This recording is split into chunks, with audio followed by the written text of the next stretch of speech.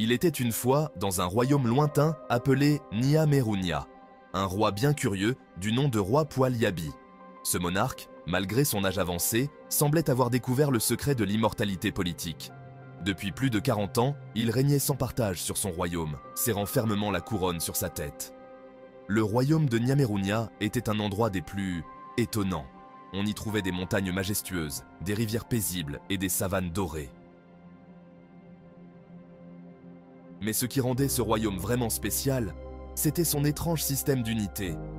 Là-bas, l'unité de mesure pour toute activité des ministres, des généraux et même des maires, c'était le milliard.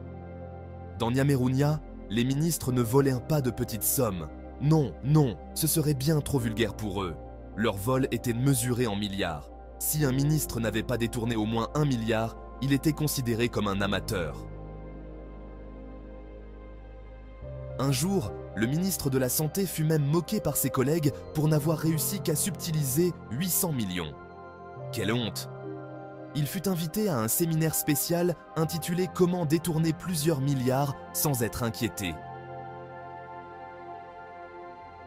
Dans ce royaume magique, les choses fonctionnaient à l'envers. Si un ministre volait des milliards, il était non seulement applaudi, mais aussi souvent promu.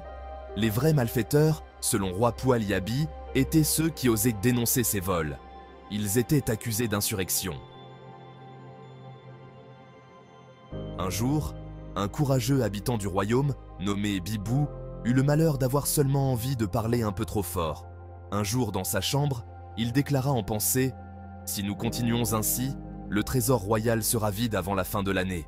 Comment se fait-il que ceux qui volent sont libres et ceux qui dénoncent sont en prison ?» Eh bien, Bibou se retrouva rapidement en prison. Le royaume avait une devise non écrite, dénonce et va en tôle.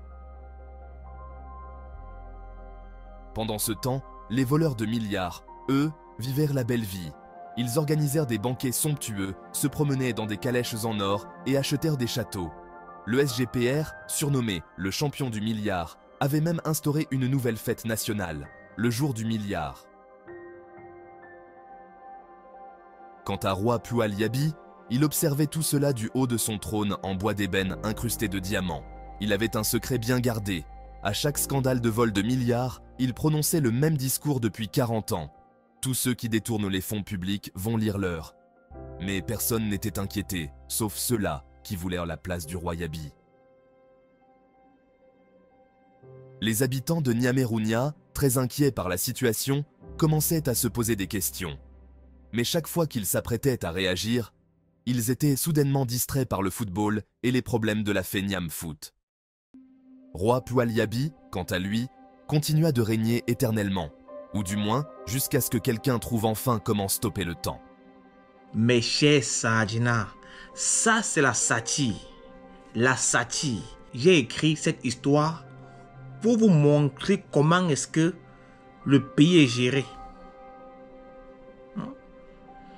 Avec humour, je vous ai montré comment est-ce que notre pays est géré. Et je ne vous apprends rien. Toi-même, tu sais comment est-ce que le pays est géré. Toi-même, tu sais que ces gars volent par milliards. Mais tu as peur de dire que ce sont les ndos. Voilà comment le pays est géré. Les gars volent par milliards. Tout pour eux, rien pour les autres. Rien pour les autres. Quand tu voles, tu es promu. Fame Ndongo, le gars a choisi ici devant vous 75 milliards. Mais le gars était promu ministre d'État. Ministre d'État, après avoir volé des milliards des ordinateurs. On a vu ici comment est-ce que les Ngongo ont volé l'argent des stades. Mais les gars ont eu les médailles. On a vu ici, les gars ont été récompensés.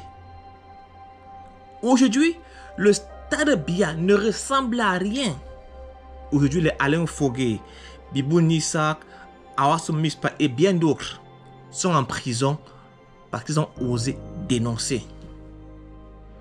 Ça, c'est notre pays, ça. Ça, c'est le Cameroun. Passez une bonne journée. Que ceux-là qui sont très énervés mettent seulement leur insulte en commentaire. Ciao.